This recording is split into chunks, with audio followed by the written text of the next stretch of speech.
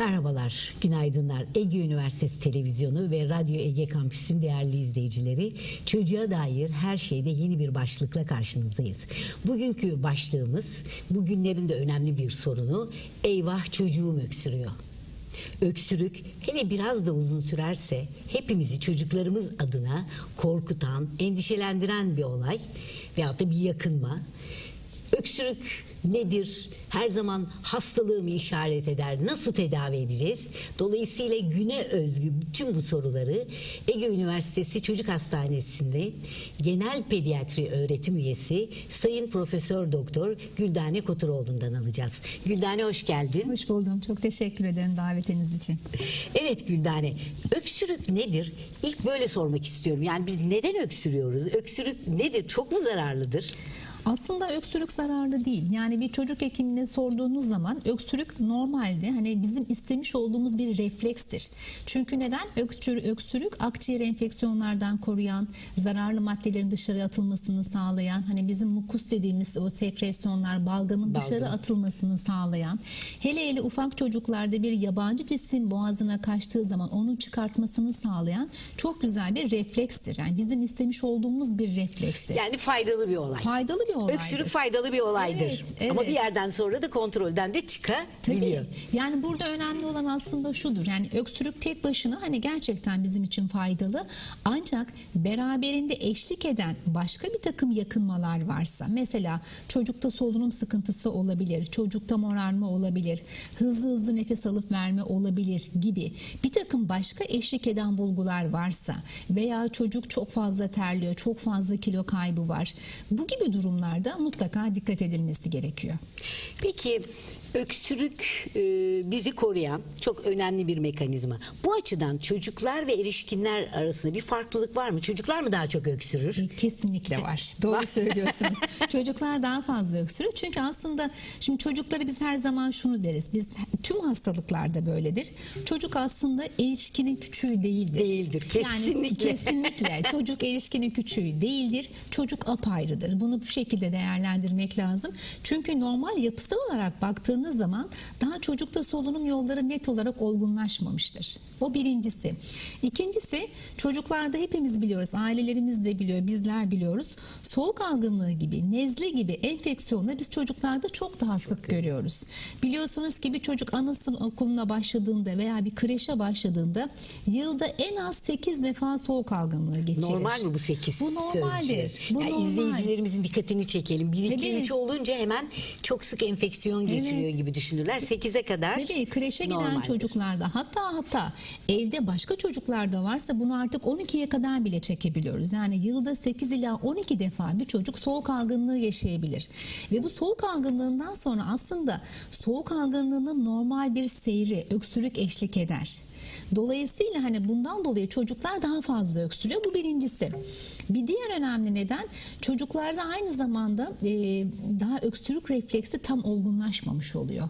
Biliyoruz ki hani çocukların öksürük refleksi ancak 5 yaş civarında olgunlaşıyor ki bu bizim açımızdan da şöyle bir önemi olmalı aslında, ailelere uyarı da gitmesi açısından. Özellikle yabancı maddelerin akciğere kaçması bu yaş grubu çocuklarda daha sık. Çünkü yani öksürük refleksi tam olgun 0-5 yaş arasında tabii, yabancı cisimlerin akciğere gitme riski yüksek. Çünkü daha öksürük refleksi tam olgunlaşmamış. Bundan dolayı yani biz zaten ufak tefek gıdalar, çerezler bu yaş gruplarında çok dikkatli olunsun diye aileleri mutlaka yuvarlak şekerler hiç sevmiyoruz bunları. Evet, onları mutlaka uyarıyoruz. Evet. Peki sağlıklı çocuklarda o zaman bu anlattıklarına göre öksürüyor demektir. Evet. Şimdi öksürük dendiği zaman bütün aileler hemen panikler. Eyvah bu çocuk hasta oluyor. Zatürre mi olacak? Bronşit mi olacak? Hemen bu iki olasılık aklımıza gelir. Şimdi sağlıklı çocukların öksürmesi nasıl bir durum? Aileler hani 8-12 kez bir kış mevsiminde nezle grip geçirmeyi nasıl kabulleneceklerse öksürmede de kabullenecekleri bir sınır var mı? Var. Burada da bir sınır var. var. Şimdi şöyle ne demiştik? Aslında öksürük akciğeri koruyan bir savunma mekanizması ve normal koşullarda aslında bizim şu yüzümüzde bulunan hava boşluklarında, sinüslerde her gün bir sıvı üretimi var. Ve dolayısıyla bu sıvı üretiminden de kaynaklanan bir akıntı da oluyor ve ondan dolayı da bu çocuklar öksürüyor. Bu çok doğal. Bu Yani çok nezle normal. grip olmadan yani. Olmadan da bu olmasını beklediğimiz Dediğimiz bir bir şey. olay. Biz normal öksürüğü aslında şöyle tanımlıyoruz. Eğer ki bir çocuk son 4 hafta içerisinde herhangi bir boğaz enfeksiyonu geçirmediyse, tamamen sağlıklı bir çocuk bir günde en az 30-34 defa öksürebilir diyoruz. Bu normaldir. Aman Tanrım. En az. Evet, yani bu sanki yok, böyle bir şey olamaz gibi geliyor ama tabii koşulumuz herhangi bir, yani son 4 hafta içerisinde Enfeksiyon herhangi olacak. bir enfeksiyonun geçirmemiş olması kaydıyla bir günde 30 ila 34 defa bir çocuk öksürebilir. Bu Yani normaldir. saat başı en az bir kere öksürüyor Öksürebilir, demektir. evet, bu en az bir kere normaldir. öksürüyor demektir. Yani. Peki bu öksürük nasıl bir iş? Nasıl bir enerji? Çocukları neden zayıflatıyor?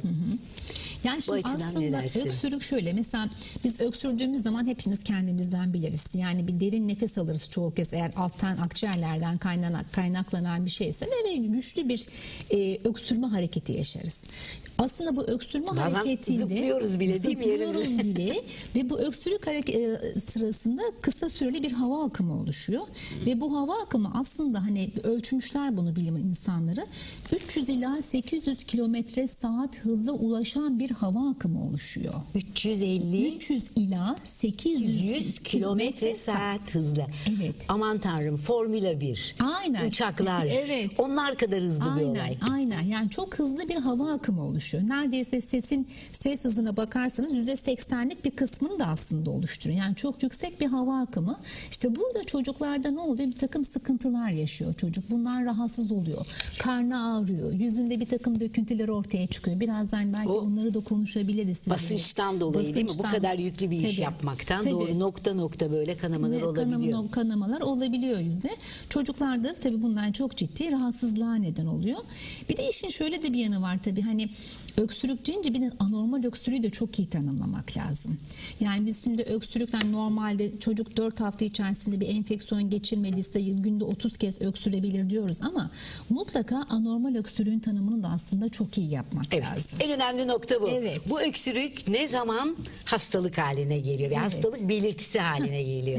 Evet, yani bunu tanımlamak lazım. Şimdi biz şöyle yapıyoruz aslında. Birincisi öksürüğün süresi diyoruz. Eğer ki bir çocuk 3 haftaya kadar öksürüyorsa, sonra geçiyorsa biz bunu akut, hani bundan çok ciddi aslında korkmuyoruz ama eğer ki bir öksürük 3 haftadan daha uzun sürüyorsa, hele 8 haftadan daha uzun sürüyorsa, o zaman altta yatan bir sıkıntı vardır. Mutlaka bu çocuğun incelenmesi gerekir. Yani biz bir süreye bakıyoruz. İkincisi, öksürük, şimdi çocuklar bize getirildiği zaman anneleri tarafından, biz hani çocukçular çok konuşuyoruz ya, gerçekten çok konuşuyoruz. Her şeyi soruyoruz annelere. Çok anlatıyoruz Evet, bir de. çok anlatıyoruz ve çok soru soruyoruz. Neden soru soruyoruz? Şimdi şöyle diyoruz, hani çocuk geldiği zaman gün içinde mi öksürüyor?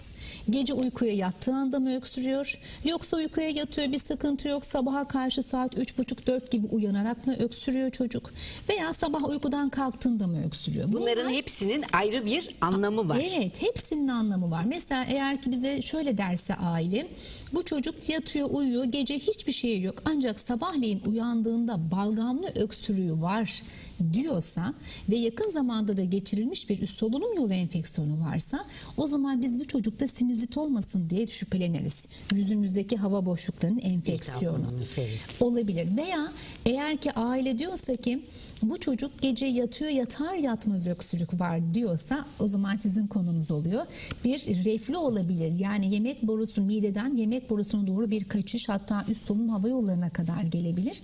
Bundan kaynaklanabilir. Veya egzersizle artan bir çocuğun yakınması var. Gece uykudan uyandıran bir yakınması varsa ve bu uzun süre gelen bir olaysa, bu çocukta astım olmasın diye mutlaka aklımıza getirmesi ve şüphelenmemiz gerekiyor. Şimdi burada bu son söylediğin altını çizeceğim. Böyle bir anım Tabii. da olduğu için. Benim oğlum küçükken çok sık bronşiolit dediğimiz çocukların en küçük solunum yollarının iltihaplanması tarzında olayları geçiyor. Çok öksürüyor. ve bu arka arkaya tekrarlıyor. O zaman ben asistandım. Reflüyü bu kadar bilmiyorduk. Reflüyle ilişkiliymiş aslında şimdi geriye dönük baktığım zaman. Yalnız bu çocuk koştuğu zaman böyle bir hırıltı, öksürüğün artması tabloları oluyordu ve bizim ailemizde hiç astıma dair bir şey yok. O zaman da bu bilgi geçerli. Bir çocuk hareketle, eforla koştu, öksürük katılırcasına nöbet haline giriyorsa astım olmasın gibi düşünceler vardı ve ben çok korktum bundan. Ama 3-3,5 yaşına geldikten sonra bu olay tamamen o reflünün çözülmesiyle beraber geçti. Şimdi bayağı bir yetişkin ve bir akciğer problemi yok. Evet. Bunun da altını çizmek istiyorum çünkü ben yıllarca bunu kendi çocuğum üzerinden çok merak etmiştim. Tabii yani hep aslında karışır. Hani bir de hani hep görüyoruz da çocuğun eğer öksürüğü biraz uzuyorsa hemen bir astım tanısı konuyor ki bu çok zor bir tanı. Yani bir çocuğa astım demek için biz o kadar çok uğraşıyoruz, o kadar çok tetkiklerini yapıyoruz, muayene yapıyoruz, hastayı takip ediyoruz ki hemen ilk atakta bir çocuğa kesinlikle astım tanısını koymamak lazım. Çünkü böyle bir tanı koyuyorsanız bu çocukta uzun süreli tedavi gerektirecek. Gereksiz kontrol, bir tedaviye de gerek tetkik, yok. Tabii, değil mi? Tabii ki. Şimdi burada bir de kreş, anaokulu, toplu yaşanan yerlerde çocuklar bir enfeksiyon ajanını aldılar diğerleriyle beraber ama ilk olan çocuk enfeksiyonu geçirirken diğerlerinde oluyor. Ondan tekrar enfeksiyon böyle bir uzama süreci de var ve bu iş uzadığı zaman da biraz önce söylediğin gibi 3 haftayı eğer bir öksürük 3 haftadan daha uzun süre devam ediyorsa altında bir şey mi var mutlaka dememiz gerekiyor. Evet. Ama o zaman toplu yaşamda sınırlanamayan, geçmeyen, tekrar olan bu enfeksiyonları da herhalde gözünde bulundurmak lazım astım demeden önce. Tabii zaten şöyle bir şey var. Mesela bir çocuk soğuk algınlığı geçirdikten sonra aslında bulgular yani bir 10 güne kadar uzuyor, hatta hani %90'ın ancak 20. günde iyileşmiş oluyor çocuğun. O kadar uzun sürebiliyor. Yani ancak %90'ı 20 gün kadar uzayabiliyor. Dolayısıyla hani bu bir soğuk algınlığının normal gidişatı olarak da bu işi bilmek lazım. Ama tabii eşlik eden bulguların olmadığıyla beraber. Tabii. Ama o zaman şu son söylediklerinde bir nezle grip geçirdi çocuğumuz. 3 haftaya kadar bir de tabii ki çocukların bu nezle grip olan solunum yollarının iyileşmesi de daha yavaş, daha geç erişkinlere göre. Bizde bir haftada bitecek bir olay çocuklarda 3 haftaya kadar uzayabiliyor. Yani onların yaşı küçüldükçe iyileşme açısından da daha beceriksizler. Tabii çünkü yapısal daha tam solunum yolları tam olgunluğuna erişmemiş. Bundan kaynaklanıyor bu da. Peki sana şöyle bir soru sorsam. Öksürük gece yatınca oldu, sabaha karşı oldu, 3 haftadan uzun sürdü. Bu öksürüklerde dikkat edeceğiz. Bir de tekrarlama açısından da günde 30 kereden daha fazla öksürüyorsa. Hasta olmayan bir çocuk için ama. O 30 kere hasta olmayan ama hasta bir çocuk günde 30 kereden daha fazla öksürebilir. Bu durumlarda bu hastalık haline geliyor. Hastalığın belirtisi, daha doğru bir söylemle bir belirti, bir yakınma haline geliyor. Peki öksürük nedenleri çocuklarda en sık neden nedir? Ve siz poliklinik hizmetinde bununla hangi sıklıkta karşılaşıyorsunuz? Aslında hani çocuk polikliniklerine baktığınız zaman en fazla çocukların hastaneye gelme nedenleri nelerdir diye baktığımız zaman birinci sırada ateş var, biliyorsunuz. Daha önce konuşmuştuk da sizinle. İkinci sırada da en sık öksürük nedeniyle geliyorlar. Ve hatta bu çocuklardaki bu öksürük o kadar bir sıkıntı oluyor ki çocukların neredeyse 1/3'inin okula gitmesine engel oluyor. Bu kadar aslında ciddi önemli bir sorun oluyor. Peki neden çocuklar öksürüyorlar? Hani normal olmayan öksürüğün, hani anormal öksürükteki olay nelerdir diye baktığımız zaman en sık soğuk algınlığı. En sık görmüş olduğumuz olay soğuk algınlığı sonrası olabiliyor. Yani bunu kısaca üst solunum yolu enfeksiyonu diyebiliriz. Yani bir nezle olarak bildiğimiz işte soğuk algınlığı dediğimiz üst solunum yolu enfeksiyonlarından sonra sık görüyoruz. Bu birincisi. Onun haricinde bulunulan ortam, yani havanın işte kuru olması, nemli olmaması veya çocuğun yanında sigara içilmesi. Biz bunu ailelere o kadar çok söylüyoruz ki hani çocuk öksürüyor, bronşolit var mesela, öksürüyor. Diyoruz ki çocuk kesinlikle sigara içilmeyecek. Ben zaten balkonda içiyorum. Doktor hanım içeride içmiyorum çocuğun yanında diyorlar. Hiçbir anlamı yok. Yani balkonda da içse üzerine sinen koku, kıyafetlerindeki, ağzındaki taşıyor koku çocuğa taşıyor. Çocuk da gerçekten öksürüğü arttırıyor. arttırıyor. Çünkü bir iritasyon yaratıyor çocukta. Bunlar en sık görmüş olduğumuz nedenler. En sık üst solunum yolu enfeksiyonu. Evet, evet. Tabii evde sigara çok önemli bir faktör. İşte çok ısınması, ortamın Tabii. kuru olması ama Hava dışarı kirliliği, çıktığımız zaman tabii. da hava kirliliği çok önemli nedenlerden bir tanesi. Yani enfeksiyonların dışında reflü çok önemli Tabii bir ki, neden. tabii ki, çok. Bizimle de bunu konsülte ediyorsunuz. Tabii, tabii. Bu çocuk çok öksürüyor, çok bronşit oluyor. Bunda reflü olabilir mi gibi. Daha az gördüğümüz diğer ne nedenler var çocuklar? Daha Mesela az. ilaçlar, bazı refleks yaptıkları bazı hareketler filan öksürüğe neden olabilir mi? Mesela bazı tansiyon ilacı kullanan kişilerde öksürtücü ajanlardır onlar. Öksürüklerini görürüz o çocuklarda. Tansiyon ilacı yani tansiyon yüksekliği olan çocuklarda onlar yapabilir bir. İkincisi çocukluk yaş grubunda hele hiçbir şeyi olmayan bir çocuk odasında oynarken birdenbire ani bir öksürükle başlıyorsa biz yabancı cisimden çok korkarız. Yani çocuk o ağrıda yere bir şey düşmüştür. Anne baba görmemiştir ama çocuk onu çok güzel görür. Onu Hemen alır alır. ağzına ve ondan sonra akciğerlerine, solunum yollarına kaçtığı zaman ciddi bir öksürük zaten başlar. Onları maalesef çocuklarda iyi değerlendirmek lazım. Tabii bir de ülkemiz koşullarında yani eğer ki bir çocukta öksürük uzuyorsa, kronik öksürük dediğimiz, beraberinde bu çocukta büyümesinde, gelişmesinde gerilik varsa mutlaka altta yatan bir takım ciddi kronik hastalıklar olabilir. Mesela kistik fibrozis bunlardan bir tanesi. Tüberküloz, verem hastalığı mutlaka düşünmemiz gerekiyor. Mutlaka eşlik eden fizik muayene bulguları ile beraber tanıya gidilmesi lazım. Ama birinci sırada üst solunum yolu En enfeksiyonu. sıklıkla evet. Peki bu öksürük uzun sürdü. Biraz önce söylediğin çocuğun öksüren çocukların 1/3'inin okula gitmesine engel oluyor. Daha başka ne gibi yan etkileri, komplikasyon dediğimiz, evet. farklı istenmeyen ne gibi sonuçlara yol açabilir? Aslında hani mesela anneler bize şöyle gelir. Öksürdü, çocuğun yüzünde kırmızı kırmızı lekeler oluştu veya gözünün içinde kanama oldu diye. Çünkü burada da gördüğümüz gibi çok hastamızda ağır bir görüntü yani aileleri çok korkutacak. Çok korkutacak bir görüntü. Basınçla hani biraz evvel demiştik ya 300 km/saat hıza ulaşan bir basınç var.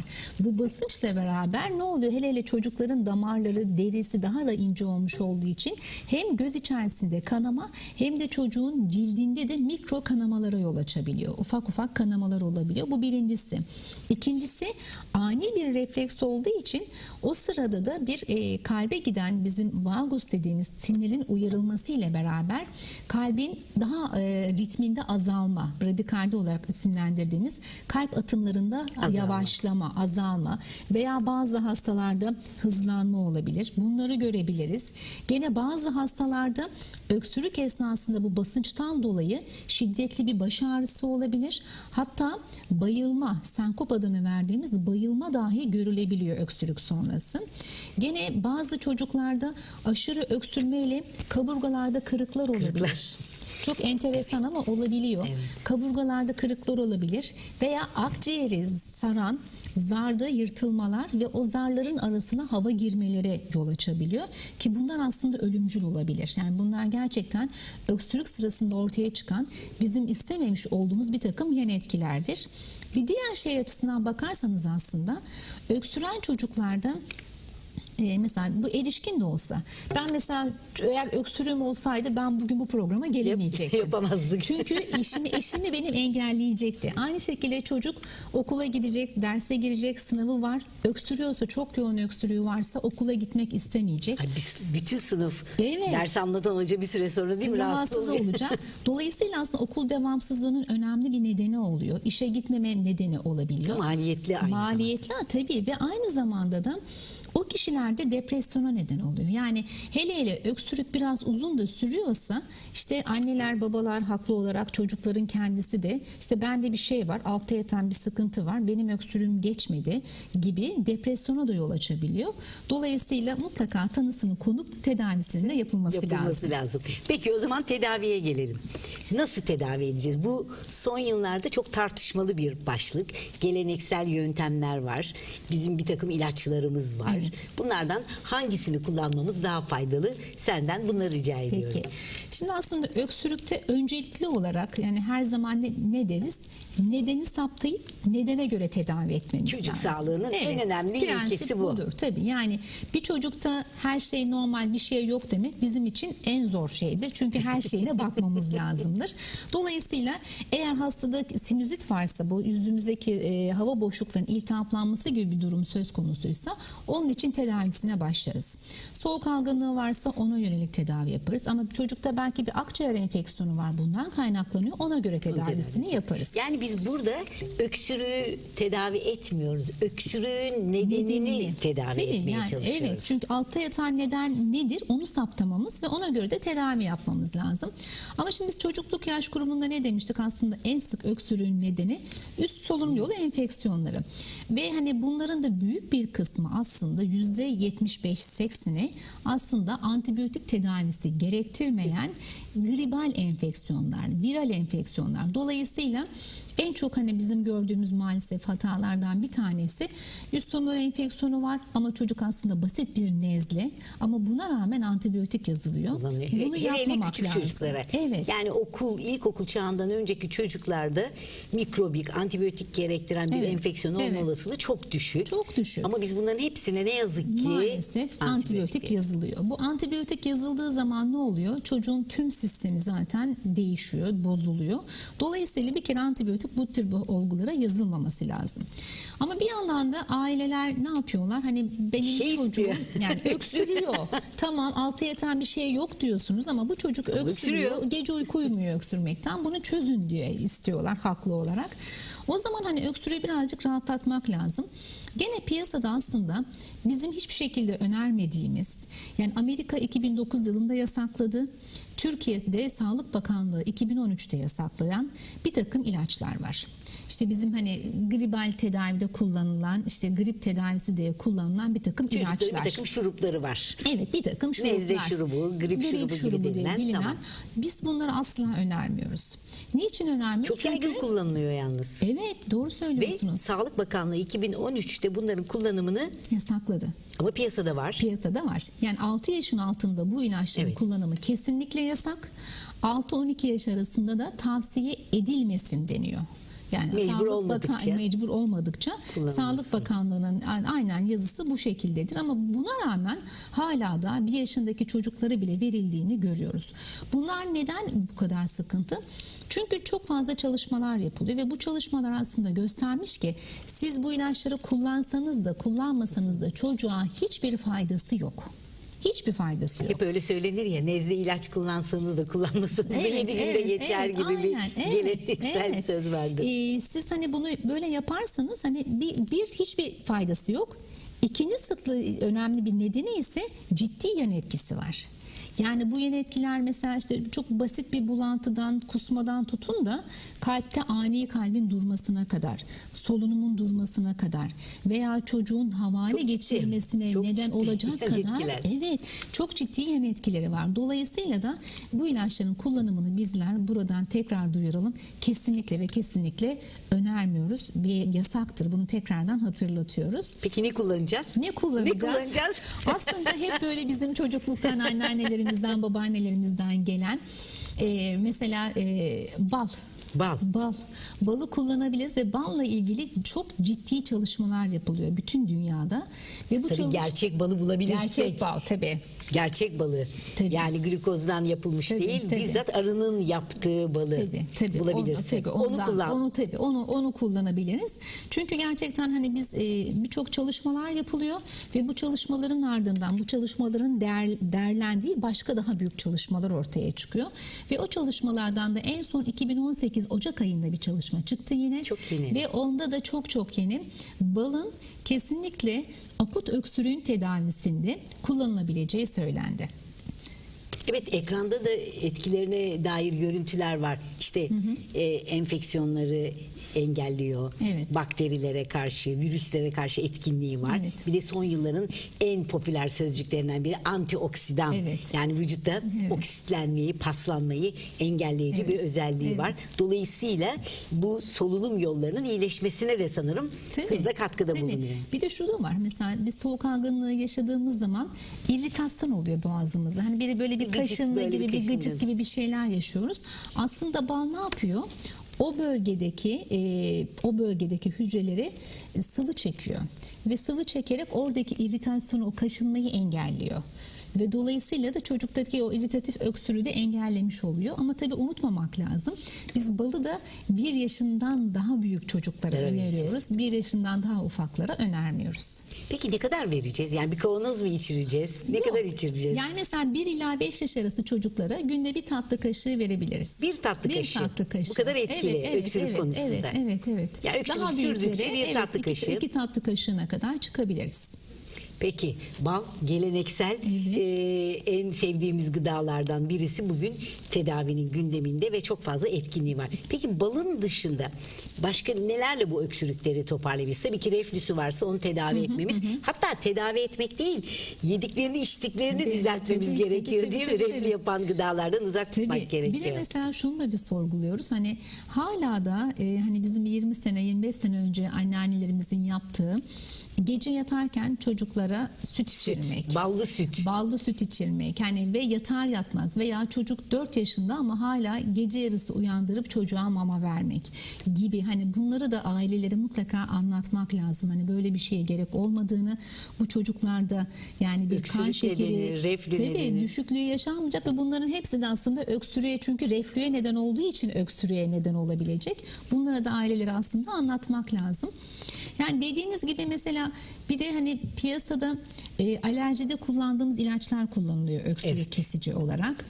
Biz onları istiyor muyuz? Onları da istemiyoruz. Yani eğer ki bizim hastamızın altta yatan bir alerjisi varsa ve bu yakınmaları da alerjiden kaynaklanıyor diye düşünüyorsak tabii ki kullanmamız lazım. Ona hiçbir şey demiyoruz ama eğer ki hastanın hiç alerjik yakınması yok, sadece basit bir soğuk algınlığına bağlı bir öksürükse, biz eğer ki hastamıza bu alerji ilaçlarını verirsek o zaman oradaki sekresyonun, var olan sekresyonun atılmasını engellediğimiz için engelleyeceğiz ve dolayısıyla o çocuğun iyileşmesini aslında geciktireceğiz. Dolayısıyla bu ilaçları altta yatan, alerjisi olmayan bir hastada kullanmamak lazım. Yani elimizdeki bütün silahlar gitti. Evet. Güzel. Antigriballer gitti.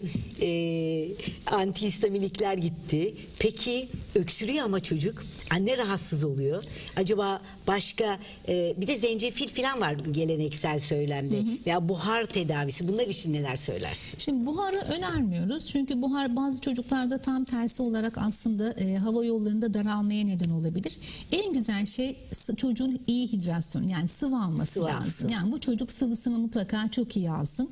Eğer burun tıkanıklığı varsa o çocuğun mutlaka burnunu açmamız lazım. O önemli. Soğuk algınlığında mesela gene eskilerden kalan tavuk suyu çorbalar çok değerlidir. Onları verebiliriz. Çünkü o tavuk suyu çorbanın da oradaki salgının atılmasını kolaylaştırdığı ile ilgili çalışmalar var. Onlar verilebilir. O zaman tavuk suyu çorba içiriyoruz. Balla beraber. Kesinlikle soğuk algınlığının tedavisinde gerçekten çok etkili. Şimdi zencefil var, işte kekik var, işte bir takım işte duvar sarmaşığı gibi bir takım otlar var. Bunlarla ilgili bunları kullanırken çok çeşitli otlar var tabii ki. Bu otların mutlaka çalışmaları yapılmış ve çocuklarda zararlı etkilerinin olmadığı gösterilmiş, standartize dediğimiz, yani belli dozlarının gerçekten, yani ben çocuğa bir kaşık şurubu koyduğum zaman o şurupta ne kadar etken madde var olduğunu bildiğimiz ilaç haline gelmiş. Yani aktarlardan almış otları asla kullanmayalım. O zaman eczanelerde içerisinde bitkisel deniliyor ama ve Sağlık Bakanı onaylı olan ilaçları ancak kullanabiliriz. Yani çünkü çok fazla bitkisel kökenli denilen ilaç var. Bütün bitkisel kökenliler de faydalı değil. Tam tersi zararlı etkilerini görebiliriz. Çocuklara bu etkilerin ortaya çıkması çok daha yüksek bir olasılık. O zaman tavuk suyu çorba, bal dedik. Bir de ilaç formuna gelmiş çeşitli bitkisel kaynaklı ilaçlarla. Sağlık Bakanlığı onaylı olan ajanları özellikle kullanabiliriz. Altını bir daha Evet, çizelim. evet. Peki, çok güzel bir sohbetti. Teşekkür ediyorum. Son olarak neler söylemek istersin? Son olarak ben de öncelikle çok teşekkür ediyorum. Öksürük gerçekten çok sık gördüğümüz bir yakınma, bir hastalık değil. Ben şu anda öksürük. öksürmemek için tutuyorum kendimi. Evet. Öksürük bir yakınma, bir hastalık değil. Mutlaka öksürüğün işte akut dönemde ortaya çıkan öksürük veya uzun dönemde ortaya çıkan öksürüğün nedeninin saptanması ve buna yönelik tedavi yapılması lazım. Ailelerin aktardan, oradan buradan hani adını bilmedikleri ilaçları kullanmamasını Kullanmamaları öneriyoruz. lazım. Ağzına sağlık. Çok teşekkür ederim. Evet sevgili izleyiciler, Ege Üniversitesi Televizyonu ve Radyo Ege Kampüs'ün değerli izleyicileri. Tüm çocuklar günde 30 kereye kadar öksürebiliyorlar. Ama bir nezle grip oldu. Arkasından 3 haftayı o öksürük geçti. İşte o zaman onu ciddiye alalım. Her öksürükte birdenbire panikleyip korkmayalım diyorum. Ve çocuklarınızın bu öksürüğünün giderilmesinde gerçek balı kullanalım. İlaçlardan uzak duralım ve kreş anaokulundan 1-2 gün alarak bu sorunu kısa sürede çözebiliriz diyorum. Evet, esenlikler, görüşmek üzere.